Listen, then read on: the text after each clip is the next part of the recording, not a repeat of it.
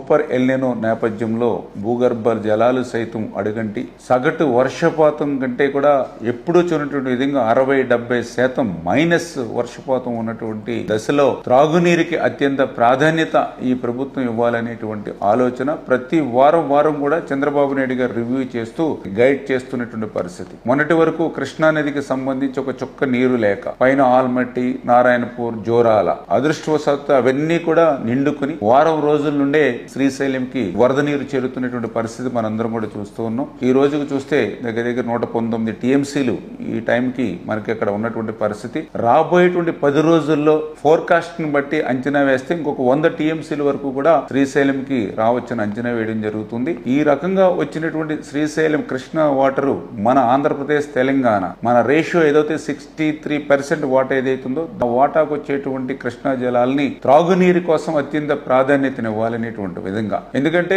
రేపు September, October నుంచి ఇంకా సూపర్ ఎల్నినో బలపడుతుంది, టెంపరేచర్స్ పెరుగుతూ ఉంటాయి, వడగాల్పులు ఇచ్చేటువంటి పరిస్థితి కూడా ఉంటుందనేటువంటి హెచ్చరికల నేపథ్యంలో 2027 జూన్ వరకు కూడా ఇప్పుడు ఉన్నటువంటి వాటిని మనం త్రాగునీరు కోసం భద్రపరచుకోవాలనేటువంటి ఆలోచన చంద్రబాబు నాయుడు గారు ఇచ్చినటువంటి మరి గైడ్ లైన్స్ ప్రకారమే ఈ రోజు కూడా హంద్రీనివాకి ఒక 13 టీఎంసీల వరకు కూడా ఆ రిజర్వాయర్ లో త్రాగునీటి కోసం నింపుకుని రిజర్వ్ చేసుకోవాలని ఈ రోజు విడుదల చేయడం జరిగింది. అదేవిధంగా పోతిరెడ్డిపాడు ద్వారా కూడా గాలేరు నగరికి గాని అదేవిధంగా తెలుగు గంగకు గాని దగ్గర ఒక 20 టీఎంసీల నీరు కూడా విడుదలను రేపటి నుంచి చేసి అది కూడా డ్రింకింగ్ వాటర్ కోసమే 2027 జూన్ వరకు కూడా భద్రపరచుకోవాలని చెప్పేసి కూడా స్పష్టంగా అధికారులకు కూడా ఆదేశాలు ఇచ్చామని చెప్పి తెలియజేసుకుంటూ నాగార్జున సాగర్ కు సంబంధించి ఈ రోజుకి కూడా ఇంకా 175 టీఎంసీల నీరు ఖాళీగా ఉంది రిజర్వాయర్. అంచేత డ్రింకింగ్ వాటర్ కు సంబంధించి Nagarjuna Sagar right canal and left canal కు సంబంధించి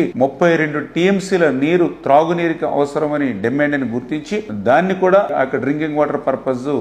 భవిష్యత్తులో రిలీజ్ చేయాలని ఉన్న ప్రతి నీటి బిందువును కూడా జాగ్రత్తగా పొదుపుగా త్రాగునీరుకే అత్యంత ప్రాధాన్యతనిచ్చేటువంటి విధంగా ఈ ప్రభుత్వం ముందుకెళ్తూ ఉంది. రేపు భవిష్యత్తులో వర్షపాతం గాని మరింత వరదలు వచ్చి అదనంగా మనకి నీళ్లు వస్తే దాన్ని ఏ రకంగా ఎక్కడ ఏ ప్రాంతానికి ఏ రకంగా చేయాలనేటువంటి విధంగా సమీక్ష చేసుకుని ముందుకెళ్తామని చెప్పి తెలియజేసుకుంటూ ఈ డ్రింకింగ్ వాటర్ కోసం ఇచ్చేటువంటి నీళ్లను పర్టికులర్ గా కలెక్టర్స్, ఇరిగేషన్, రెవెన్యూ, అగ్రికల్చర్ ముగ్గురు డిపార్ట్మెంట్ కూడా కోఆర్డినేట్ చేసుకుని ప్రతి నీటి చుక్క కూడా పొదుపుగా వాడేటువంటి విధంగా అందరూ కూడా బాధ్యత తీసుకుని ప్రజల్ని కూడా రైతులను కూడా ఎడ్యుకేట్ చేయాలని చెప్పేసి కూడా సూపర్ ఎల్నినో నేపథ్యంలో అందరినీ కూడా కోరుతూ ఉన్నాం.